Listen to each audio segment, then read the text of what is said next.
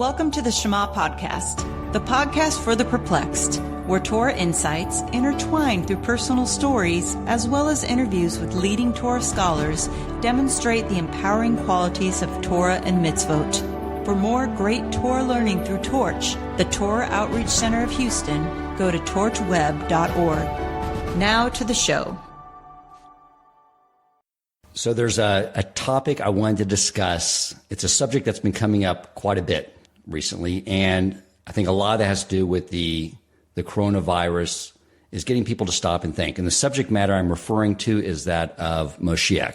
Now, we're not supposed to predict when Moshiach comes, but I see what's happening is it reminds me of those contests they used to have where someone would get a shopping spree in a grocery store, but the catch was it's whatever they got in their basket in a short amount of time.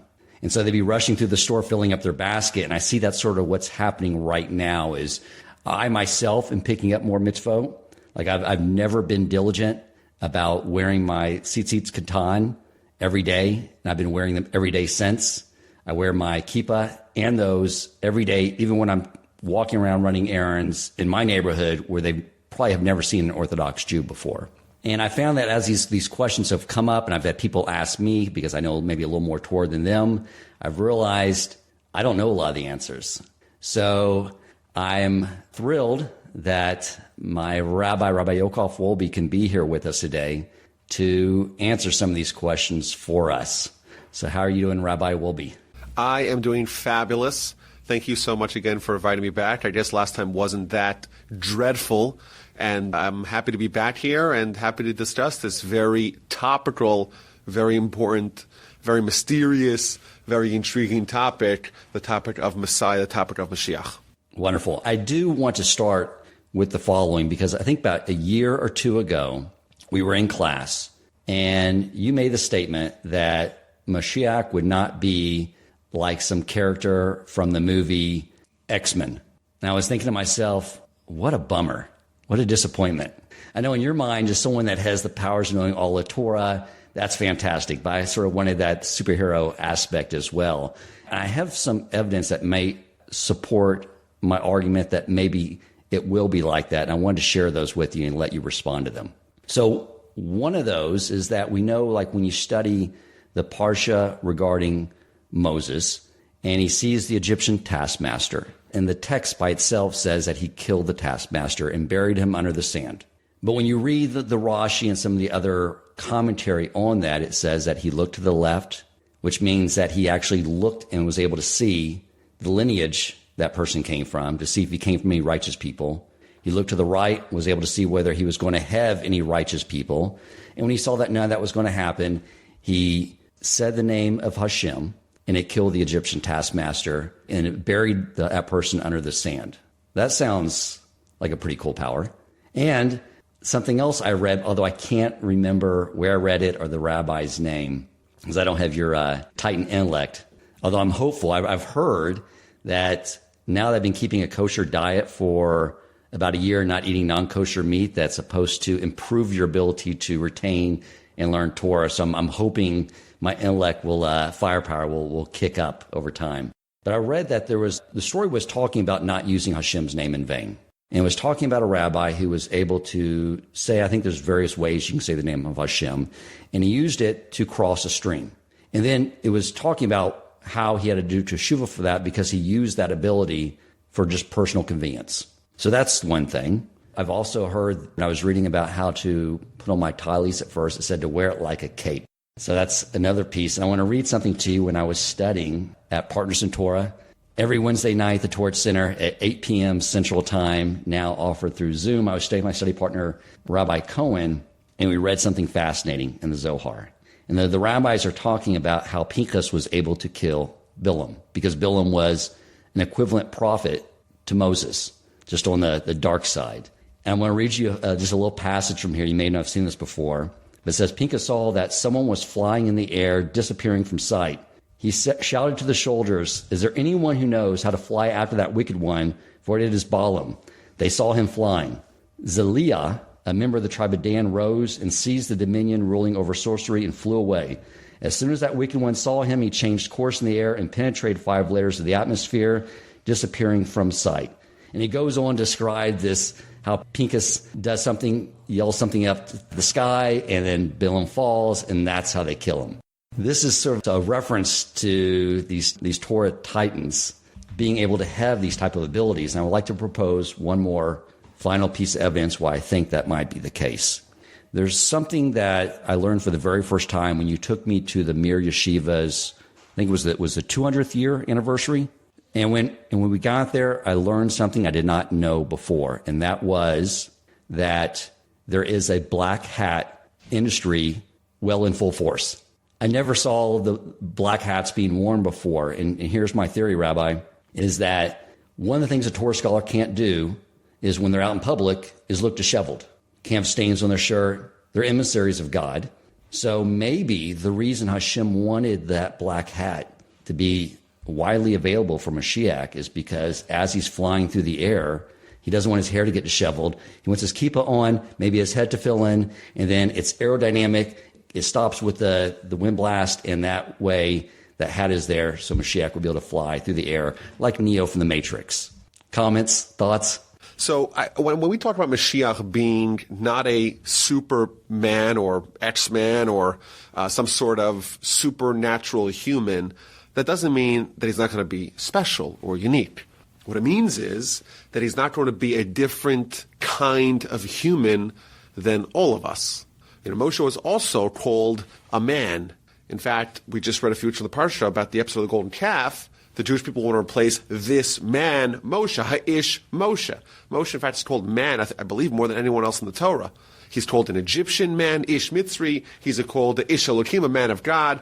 Moshe was the greatest man that ever lived. And nevertheless, the Torah is emphasizing, the Torah is reiterating the fact that he is a man. Of course, Mashiach is going to be a very special man. In fact, the Rambam tells us that he is going to be wiser than King Solomon. King Solomon, the wisest man that ever lived, Mashiach is going to eclipse him in wisdom. And he's going to be almost as great as Moshe in prophecy.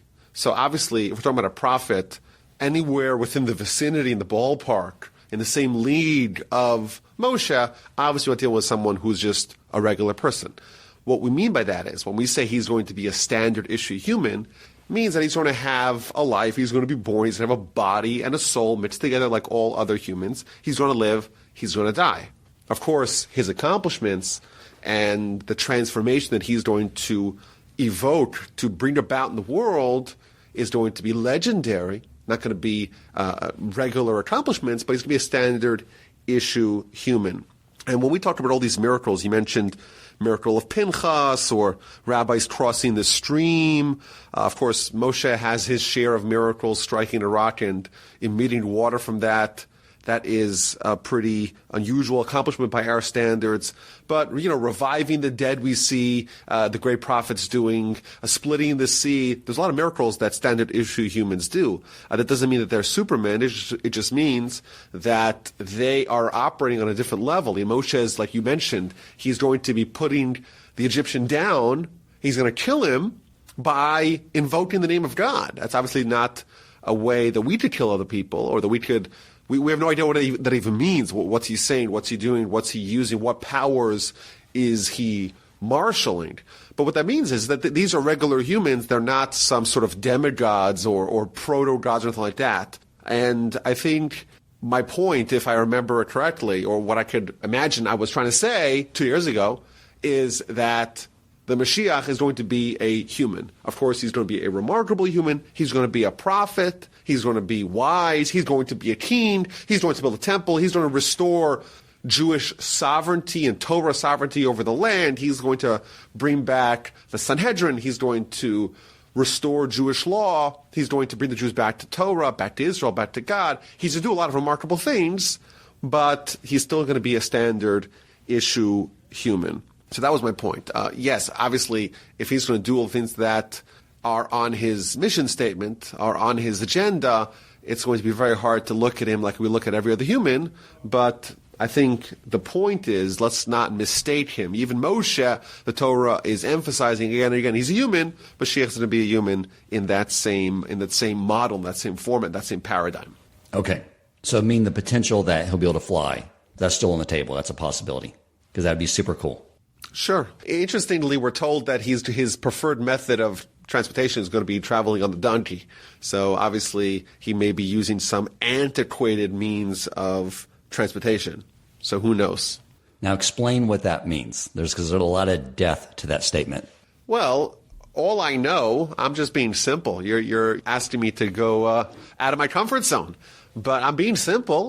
We're told, and Rashi mentions this, I believe, in several places, we're told that Abraham and Moses and the King Messiah are all traveling on a donkey. There's the same donkey that they're all going to use for their transportation.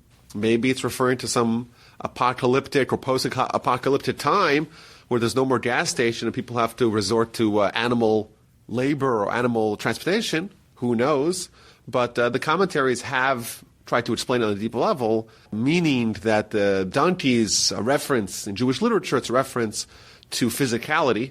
And in fact, even etymologically, the Hebrew word for a donkey is similar to the word of physicality.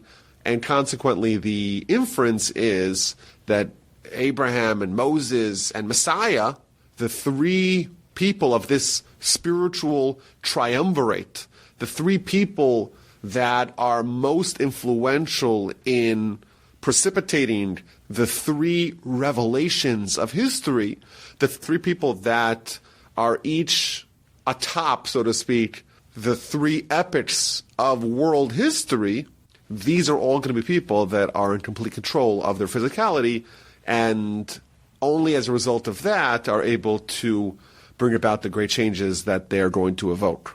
So, Rabbi, my next question is, you've also referenced that there are going to be two Messiahs, one from the lineage of Joseph and one from the lineage of King David. Can you explain and elaborate on that some more? So, yes, there are a few references in Jewish literature to the idea of a Mashiach ben Yosef. Typically, we think of kings, like the Mashiach is going to be a king, a political and religious leader. We think of kings that they come from the tribe of Judah. That's what it says in the Torah. That's what Jacob blesses Judah and Moses blesses Judah. And we know all legitimate kings come from the tribe of Judah, from the lineage of David, from the Davidic monarchy, the messianic line of David.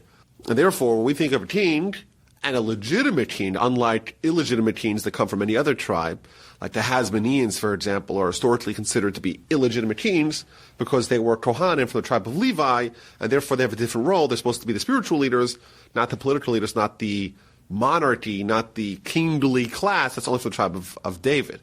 And therefore, when we talk about Messiah or Mashiach, and we don't add any more descriptors to that, that means someone, a descendant of David, who's going to be a king and restore the monarchy to the Jewish people. However, we discover in some of the sources, again, it's somewhat of a difficult subject because there's really not a lot of literature that, in the revealed Torah, shall we say, about this subject. There are a few mentions in the Talmud about it. There is a reference to a second Messiah, the son of Joseph. You know, in the Torah, the two sons of Jacob, of Yaakov, who are kings. Of course, there's Judah, who's destined to be the king, but Joseph was a king in Egypt. So there is some apportioning of monarchy to Joseph as well. And the idea of the Messiah, the son of Joseph, is, the way I understand it, is that there's going to be someone who's going to prepare the groundwork for Messiah, the son of David. Apparently he's going to die in somewhat of a tragic way.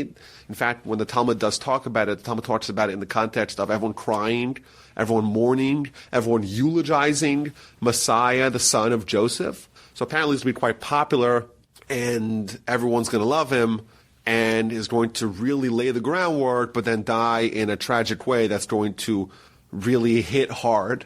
And that's going to pave the way or prepare the groundwork, so to speak, for Messiah, son of Judah. Now, if you look at the Torah itself, Judah and Joseph, the book of Genesis, they really take opposite paths. Joseph is hated by his brothers, and he only achieves stardom once he leaves. Whereas, Judah when he leaves his brothers, he has that whole episode with his daughter-in-law, which is somewhat shameful. So it's interesting, just the parallel, that Judah flourishes surrounded by Jews, whereas Joseph flourishes surrounded by Gentiles. And that's somewhat of the paradigm of Messiah, the son of Joseph. He's going to have more of a universal role versus Messiah, the son of Judah. He's going to kind of fill the Judah role, going to flourish amongst his brethren. But again, it's a very mysterious concept. I haven't researched it that thoroughly, but that's the general contours of that idea. Now, if I'm not mistaken, the Rambam, whenever the Rambam talks about Moshiach, most of his message is going to be about how we shouldn't think about it too much, we shouldn't worry about it, we shouldn't ask so many questions, it's not a good thing to ruminate over. And I believe when he does discuss Messiah, the son of Joseph, he discusses it in the context of some of the sages believe that Messiah, the son of David, the son of Judah, is going to be preceded by Messiah, the son of Joseph, and others say not. So he seems to not take a definitive stand as to whether or not there will be something called the Messiah, the son of Joseph. So again, it's not such a clear thing in the sources. And in fact, in general, shall we say, the sources really don't give us a lot about the exact nature and the timeline and the role and the persona of Messiah, of any Messiah, not Messiah the son of Moshiach ben David, Messiah the son of David, or Messiah the son of Joseph. So that creates a problem, because if it's saying in the text that Messiah, son of Joseph, will die in some tragic way, that might be a hindrance to him coming forward.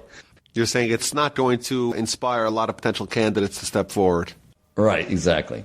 So tell me about the timeline, because you've always said that the 6,000 years of creation were broken up into 2,000 years of chaos, 2,000 years of Torah, and 2,000 years of Messiah.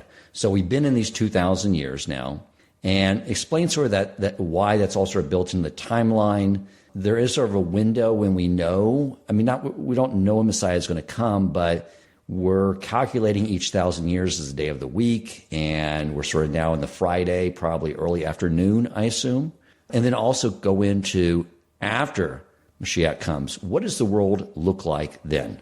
Okay, so this is a loaded question. So I'll tell you what the sources say. The Talmud says that the world, or at least the current iteration of the world, is a 6,000-year world. And it's broken down into three epochs: a 2,000-year epoch of chaos, of tohu, or of emptiness, of void, 2,000 years of Torah, and 2,000 years of Mashiach. That's the breakdown of these three eras. And by the way, what I mentioned earlier, this triumvirate, the spiritual triumvirate, Abraham is most associated with the first, or ending the first. Moshe is with the second. Moshe, of course, gave us Torah. And finally, the third is going to be heralded by Mashiach. And in fact, you look at the three Shabbos prayers, for example, the Friday night, Shabbos morning, Shabbos afternoon, it's modeled after these three revelations: revelation of God, revelation of Torah, and revelation of Mashiach. And these are successive stages of revelation. You have creation, and it's possible to observe creation and not see God's fingerprints at all. And comes along Abraham, and Abraham reveals that. There's a certain revelation where Abraham, he discovers monotheism. And it makes sense logically, even though there is nothing, shall we say, tangible or visual about it, but he's able to kind of bring God into the world. That's stage one of Revelation. And that ends the 2,000 years of chaos, of emptiness. And then we transition into 2,000 years of Torah. Of course, the pivotal event of those 2,000 years is the revelation at Sinai, where God comes and appears in a way that is sensory to humanity and delivers to us via Moses, via Moshe, delivers us his will.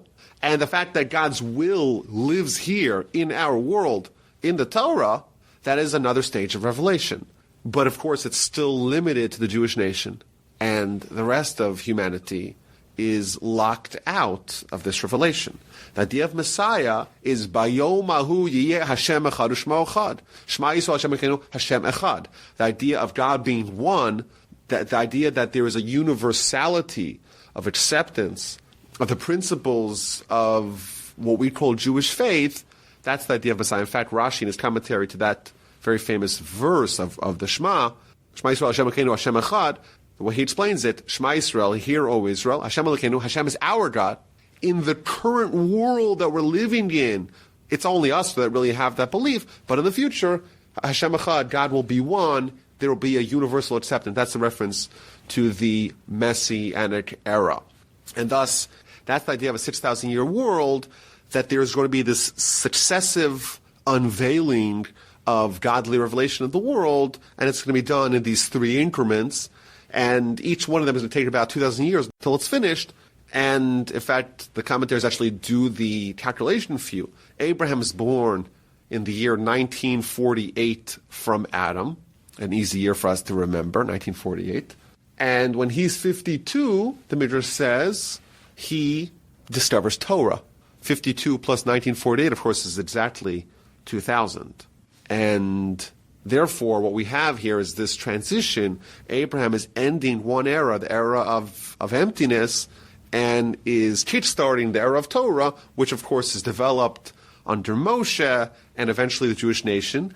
And then, once the Mishnah is written down, once the first component, major component of oral Torah is codified, that already begins the next era, the third and final era, the 2,000 years of Messiah, which is the idea of everyone else really being brought into the party to recognize the idea of God. So, and in fact, if you look historically at this timeline, what you discover is that around 4,000 years after Adam, you have an explosion of belief which is somewhat similar to our belief that happens in the world. You have entire civilizations, entire societies that were pagans for thousands of years. Suddenly, they become amenable to the idea of one power, or close enough to the idea of one power behind it all, what we would say is the idea of the Jewish God, or the Jewish definition of God. And of course, Messiah, he is going to punctuate that, he's going to complete that, to bring the world to universal acceptance of this principle.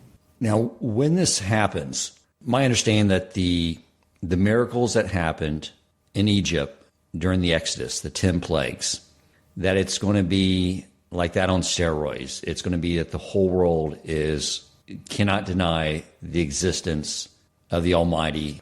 That's the way I see it. But again, there is a dispute in the Talmud as to what is going to change in the times of Messiah, and to what degree is free will going to be lessened. This is where it gets tricky. Is free will going to be lessened to the degree that there is no option of rejecting God or not?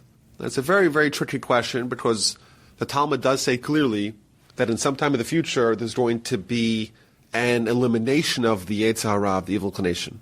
He's going to be slaughtered in front of the righteous, in front of the wicked. It's a very dramatic story in the Talmud book of Sukkah on page 52. Is that a reference to Messiah? Or is that a reference to some post-Messianic epic, some post-Messianic era that is maybe something different? Olam Haba, Tchias HaMesim, La'asad Lavo. There's other names in Jewish eschatology about eras that come after Messiah. So that's a dispute. The Rambam, he takes a more minimalist approach. He says the only difference between the world that we live in today, Olam Hazeh, this world, and the Moshe Mashiach and the days of Mashiach is Ein Bein Olam Hazeh L'Moshe Mashiach Ela Shibud Malchias Bavad. It's only Shibud Malchias alone. What does that mean? Shibud means subjugation. Malchias means of the kingdom. The only difference between this world and the times of Messiah is going to be subjugation to the foreign kingdoms. We're going to have sovereignty, we're going to have hegemony, we're going to have the ability to be in charge of our own destiny. Now, some may argue that, well, don't we have that already now? You know, there's the independent state of Israel.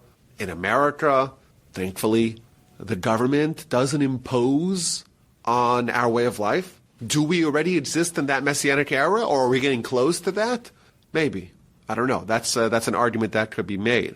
There are those that suggest that if you scour the Talmud, you'll find that the term Shibud Malchios, subjugation to the kingdom, can actually be interpreted as an element or a realm of the Yetzer Hara's dominion over man. And therefore, perhaps, this is speculation, but perhaps when the Talmud and the Rambam tell us that the only difference between this world and the times of Mashiach is Shibud Malchus, is that we no longer are subject to foreign kings.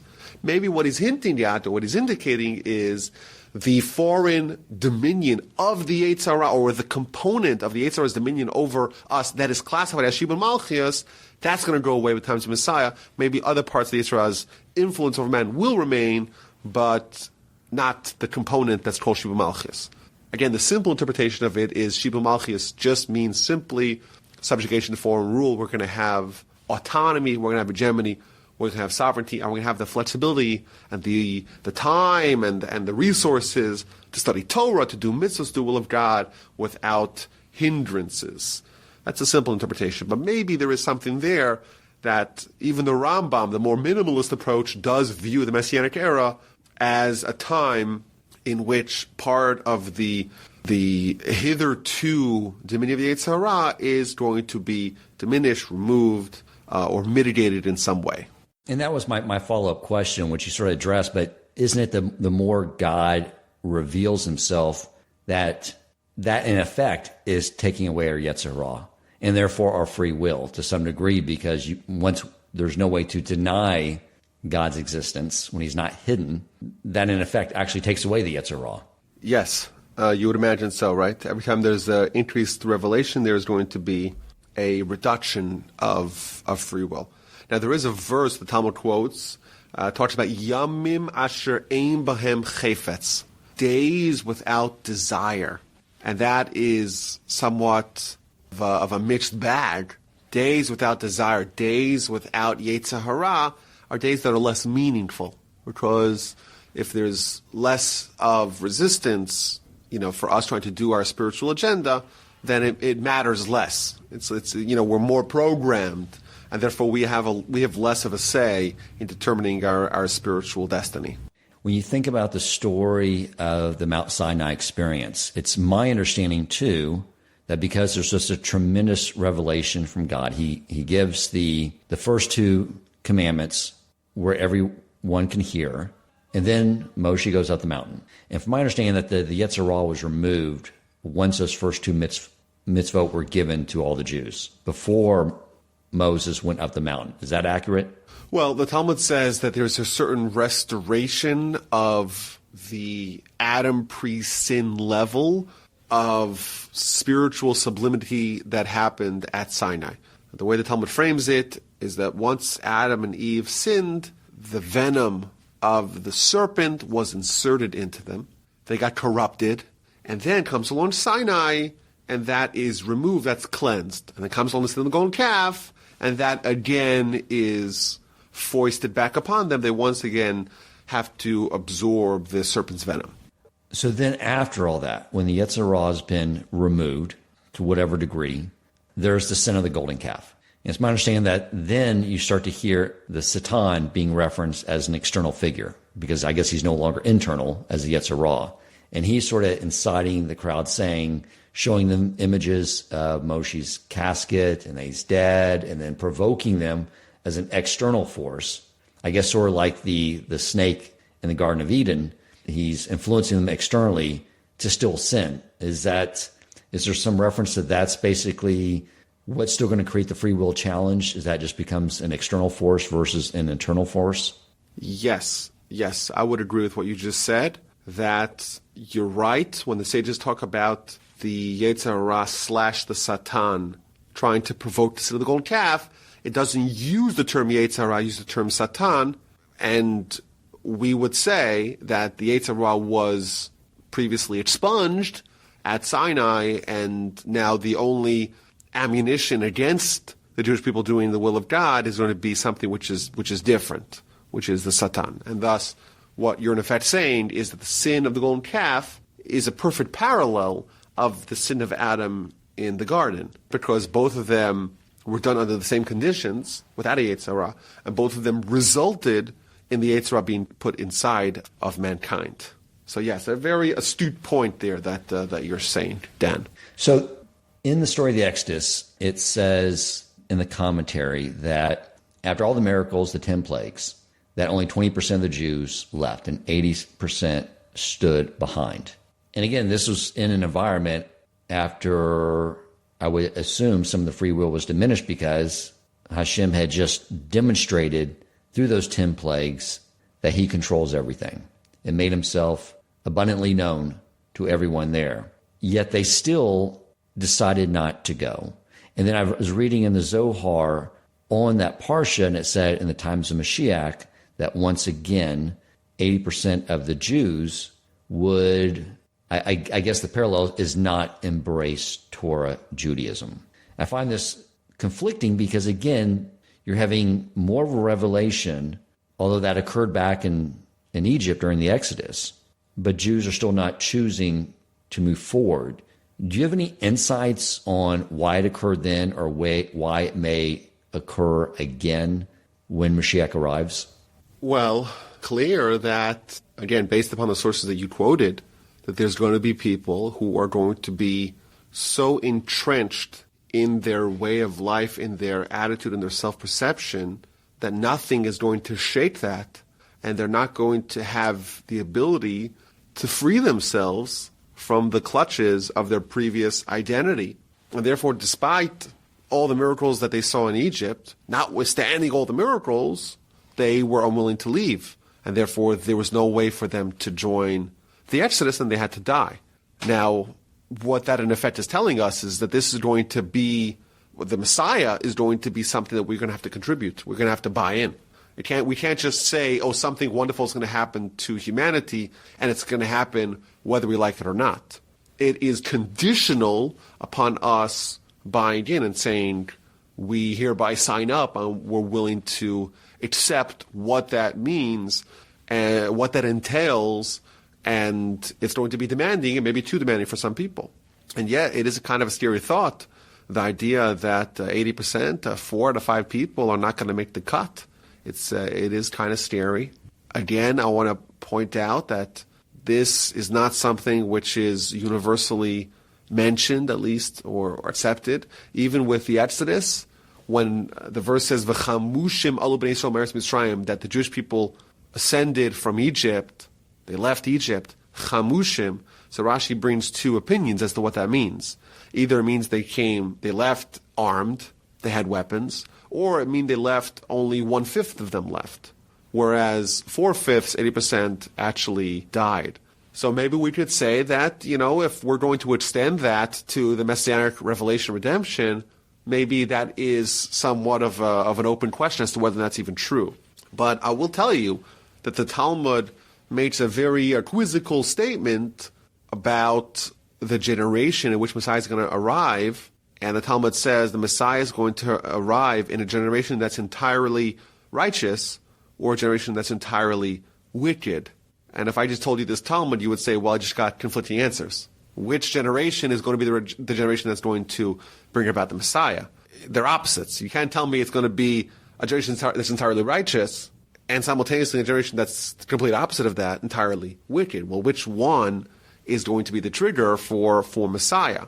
So there's a lot of answers to that question. There is a question regardless of whether or not there are answers. Of course there's answers, but that's a good question.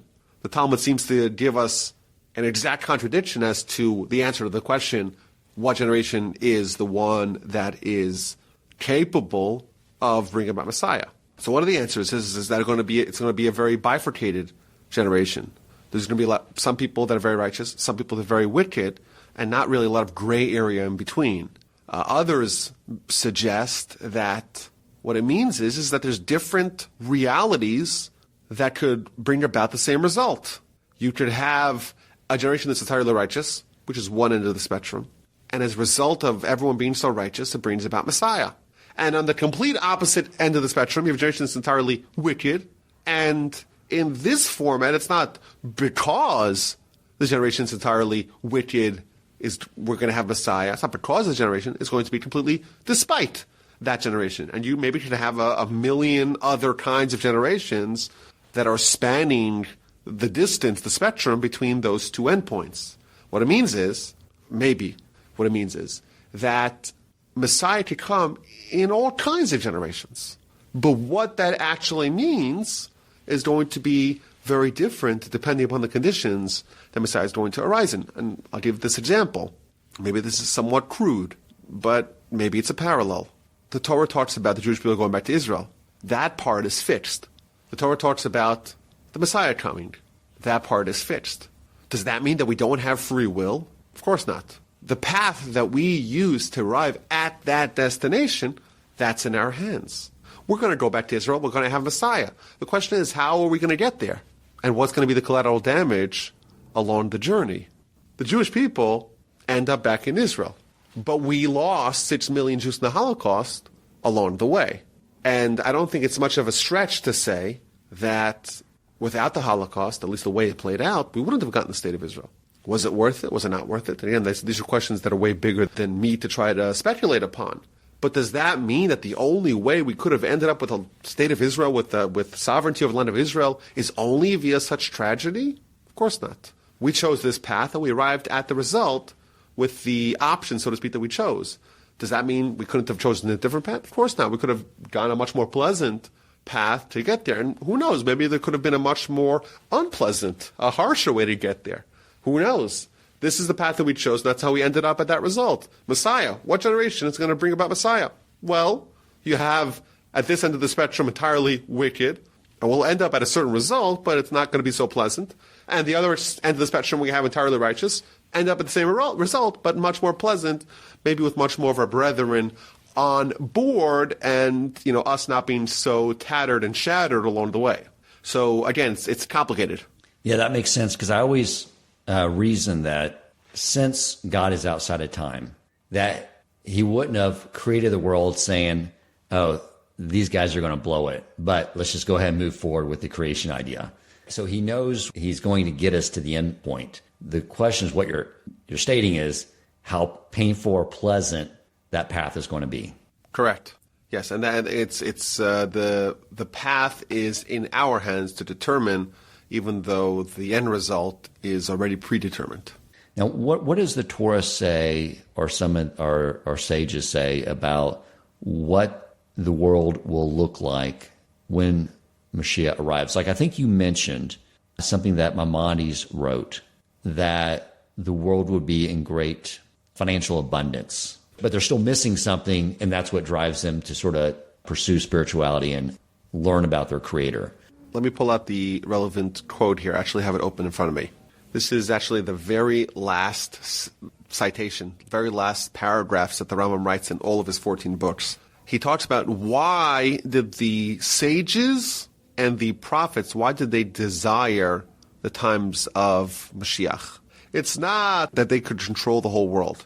And it's not that they could punish the Gentiles. And it's not that they're going to be lifted above all the other nations.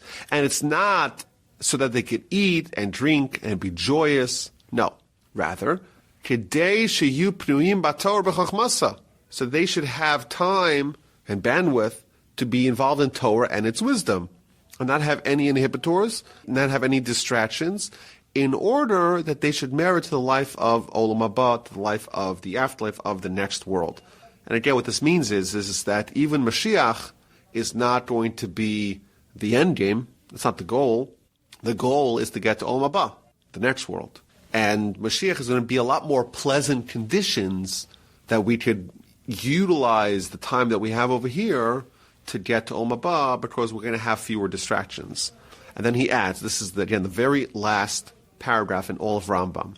And in those days, there's not going to be any famine, and no war, and no envy, and no harmful competition, because goodness will be flowing so much, and all the world's delicacies will be as plentiful and abundant as dust.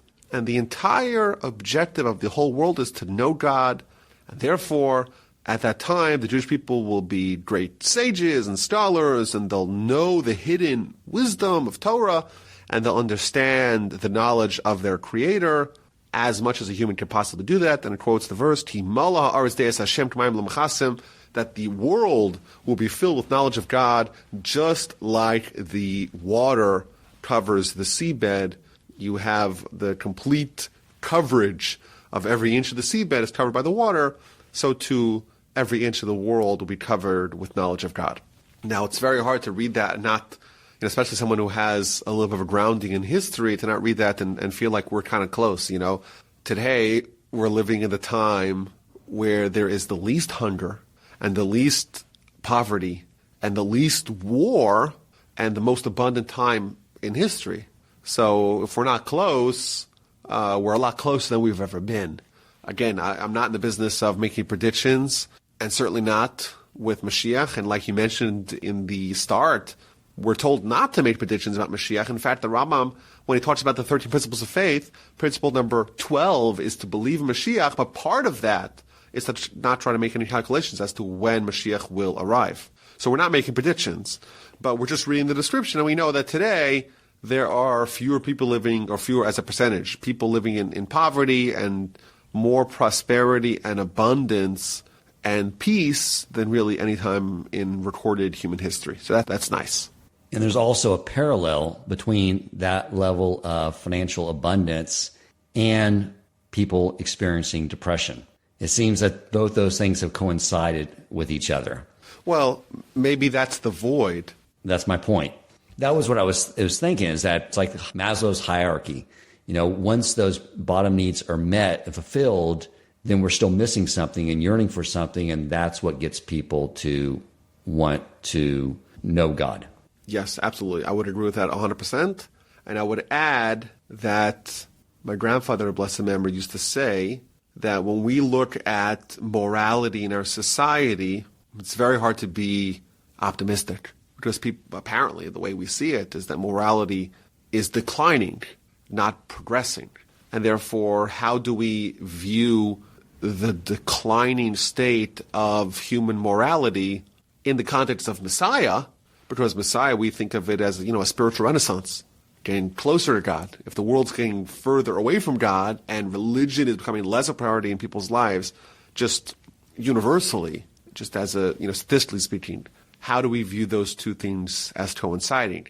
And the answer that he gave is that whenever there is falsehood, the falsehood has to be marbleized with a bit of truth, or else the falsehood will just self-combust, will just cease to exist. It's a theme that you find throughout Jewish philosophy, that all kinds of falsehoods can live so long as there's a little kernel of truth within it. But once the kernel of truth is removed, the falsehood completely collapses, like a house of cards. And in fact, this appears in the Torah, like when the scouts that were sent to reconnoiter the land in the book of Numbers, they come back and they say, well, the land is really great, it's flowing with milk and honey, but, they precede the falsehood by saying some truth, and that nourishes, so to speak. The little truth nourishes the falsehood. But once that little kernel of truth is removed, it has to collapse. My grandfather said this in the context of, let's say, the Soviets. I was born in 1986, so I don't know much about it. I don't remember with a world where the Soviets were considered invincible. But people tell me that the idea, like if you told someone in the 60s or the 70s that the Soviet Union would just almost overnight just spontaneously combust and just cease existing, that was unfathomable because it was so powerful, it was a superpower. The answer, my grandfather explained, is that, the idea of communism or socialism or whatever the Soviet Union, the evils of the Soviet Union were built on a certain kernel of truth. And once that was lost, the falsehood itself, if it's completely denuded of any truth, it just collapses. And therefore, once the truth was sucked out of it, it had no vitality, had no continuity, it had to right away cease existing. So similarly, if we see that truth is evaporating in the world, truth is fleeting, and people are getting less and less spiritual, and maybe going further and further away from truth, and the ideas that people have in their head are so ridiculous, and we wonder, how are we progressing towards the Messianic era? This may be the answer. The answer may be is that, yes, by pulling away truth from the falsehood, you're getting closer and closer to 100% falsehood. And once you have 100% falsehood, necessarily you have 100% truth, because the falsehood itself has to collapse. And whatever replaces it is going to be likely rooted in truth. That makes sense. Before the Soviet Union failed, it was really just the dissemination of information they didn't have before, because the promise of communism is that everyone would be equally prosperous. Truth is that everyone was equally poor. And when Gorbachev came here to visit President Reagan, he commented and couldn't believe going into a grocery store and seeing such an abundant amount of produce and food readily available. And he became very vocal about it. And once that information got back there, everyone knew this doesn't work. And it was overnight. It was shocking. It was gone. And that's maybe... I wonder how the Chinese are going to collapse. Maybe I shouldn't be talking geopolitics, but in the light of this idea, it seems like the Chinese are on the chopping block as well. Who knows? I would agree with that. Does the Torah or the Talmud or any of the sources talk about before Mashiach arrives? Does it also give any other color on... Let me tell you where I'm going with this. You mentioned the other day when you were speaking that the other points in history when plagues got brought about were like in the times of Noah. It was sexual immorality, idolatry, and theft.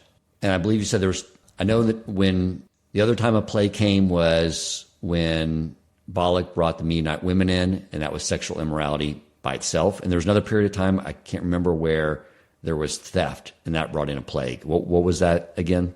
That was Korach's insurrection. That's right. Okay. And so when you look at the world today, there's so much good, for one. I mean, people, even though they don't acknowledge a God or they just believe maybe there's a God that just created the world but is not involved with us, you do see, I mean, if you look at all the debates you see now in the news, it's coming from a source of compassion, just competing views on what is compassionate and kind. But when you look at those three sins that brought about the plague, I would say sexual immorality is at a high point. Or the other day when they posted the stats for which news channel is getting the most hits at their website, and it had Fox News at number one, and I can't remember the other ones. So I clicked into that article, and then it went all the way to the source where they have all the website stats. And what was tens and tens times greater than everyone else was Pornhub, which is apparently like the Amazon of porn.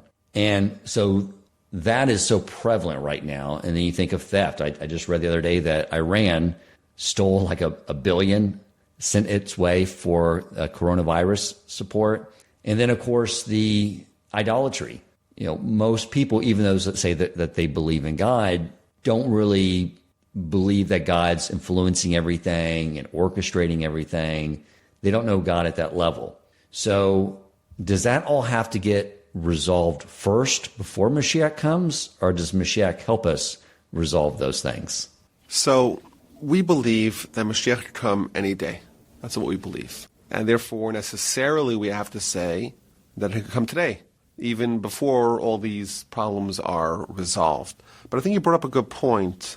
I actually heard this from one of my Rabbi, one of my teachers, Rabbi Shalom Kamenetsky. He said this idea that every movement and every trend that happens in the world is at its root, it has some sort of redemptive quality that is associated with the messianic ideal. So there is definitely a lot of truth to that. But the way I see it, just the way I see the answer to your question is that Mashiach is going to arrive when the world is ready for him. The era is going to be concluded when the job is done.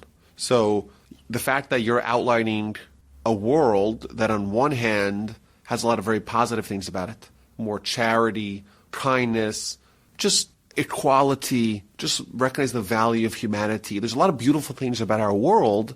On the other hand, there are a lot of things that still need to be worked on, a lot of areas that need fixing, that need perfection.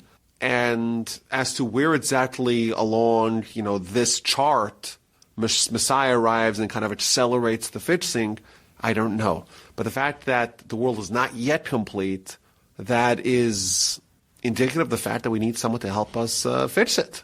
So we're getting closer. The era is coming towards its conclusion. We're not there yet.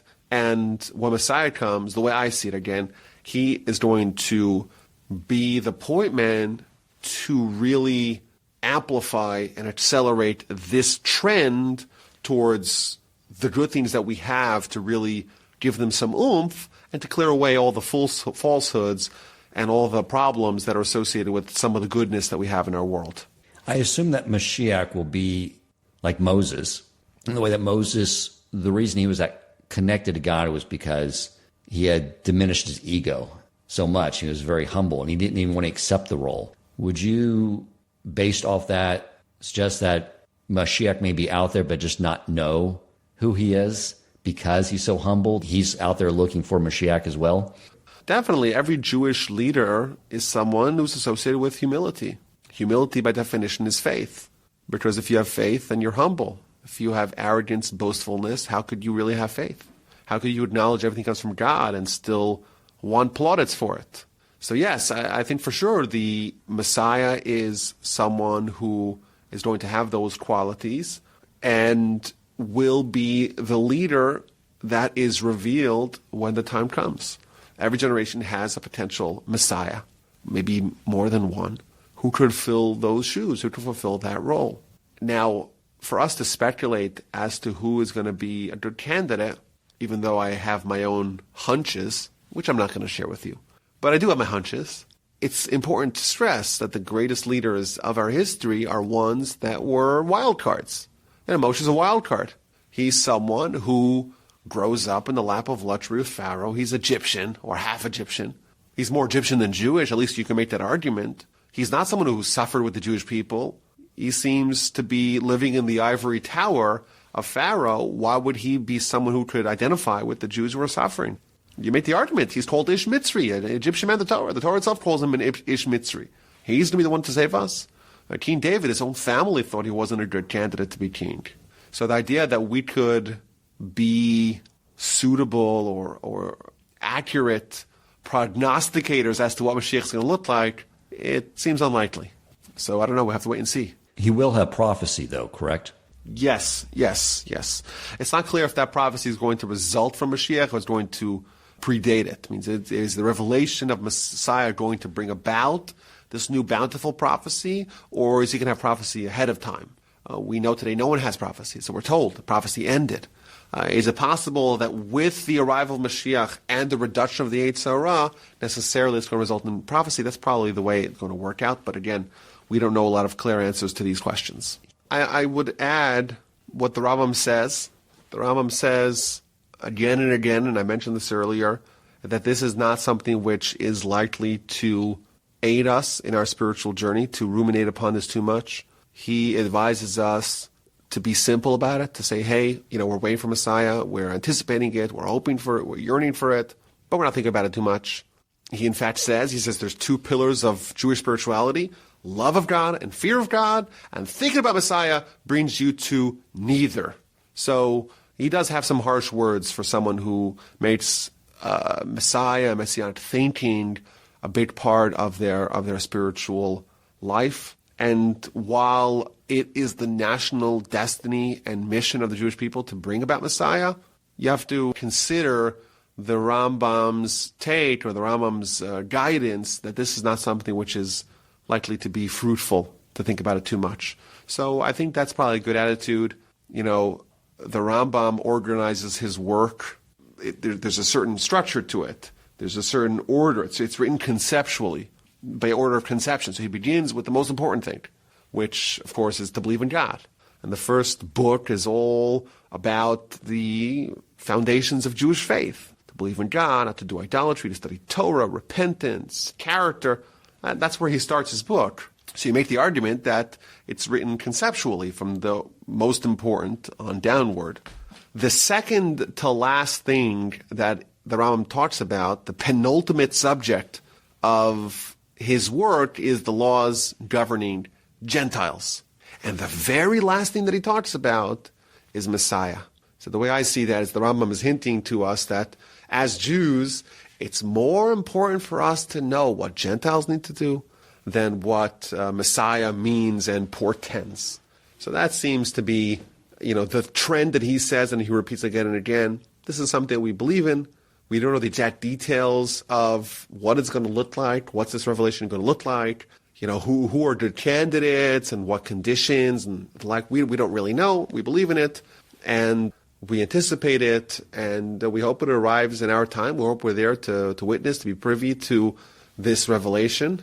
And we don't know if events happening around us are going to be things that are portents of Messiah. We don't know that. We're not prophets. My grandfather was very wary of people pointing to a certain event and saying, well, this is a harbinger of Messiah, or this is a harbinger of Messiah, or this is part of the Messianic revelation, or this is the Chevle Mashiach, the birth pains of Messiah. He says, we're not prophets, we don't know. And we take the more simple-minded approach. Know it's coming, anticipate it, hope for it, yearn for it, hope to get there, but don't make it a central subject of your religious and spiritual life. That makes sense. I think if anything, the takeaway from this conversation and those listening is that we don't know when Moshiach will arrive. And I think we always, me personally, I always work better when I have a deadline. You know, if I have to say, you have a week to get this project done, when's all the work going to be taking place? 6 days from now. So just sort of having that idea that, as you mentioned, the merit for doing mitzvot aren't going to be as valuable after Moshiach arrives. So maybe this can just infuse a little energy into us wanting to take on more mitzvot, learn more Torah. You know, now is the opportunity where they're valuable. It's like picking up diamonds, and those diamonds aren't going to be as valuable if we wait to pick them up after Moshiach arrives. So maybe it might create a little sense of urgency by us stopping every now and then and educating our fellow Jews on this topic. If someone takes that away, then this whole conversation, this whole study is worthwhile. Absolutely. That's what I hope for. Okay. Thank you very much, Rabbi. I appreciate all your insights. Dan, thank you so much for inviting me back. It was an absolute joy, a pleasure, and a privilege to once again be on the Shema podcast. It's one of the highlights of my career. And for any of those who are not familiar with your podcast, could you quickly give them the list of your podcasts that are available? I'm fortunate to host several podcasts. One called This Jewish Life, which talks about all kinds of questions and issues in Jewish philosophy and Jewish life and the holidays, etc. It's got an archive of like 400 episodes. So really there's a lot of subjects that it covers. Parsha podcast, we cover the Parsha each week. Right now we're starting the book of Leviticus, really interesting Parshios with a lot of very fascinating stories and narratives and ideas and topics and concepts. And that's the Parsha podcast each week. And there's the Jewish History podcast, telling over the story of the Jewish people. The Mitzvah podcast, which has been a little bit neglected lately, and I know that. We're going to hopefully get back on track with that. Eternal Ethics is on Perkei Avos. Torah 101 is an intellectual's introduction to Torah. And finally, all Rabbi Yaakov Wolbe podcasts, if you want to subscribe to just one feed, that gives you all in one. So that's 6+1. So there you go. Excellent. And they're all 5-star. Thank you, Rabbi, for your time. I appreciate it. Okay. Well, thank you. Thank you for having me. And I look forward to the next opportunity. If you enjoyed this episode, please consider supporting Torch so they can continue to spread Torah wisdom to the world by making a donation at torchweb.org and clicking Donate in the top right corner of the page. And if you would like to get in contact with our host with comments, suggestions for future topics of learning, or questions for him or his guest rabbis, you may email him at president@torchweb.org.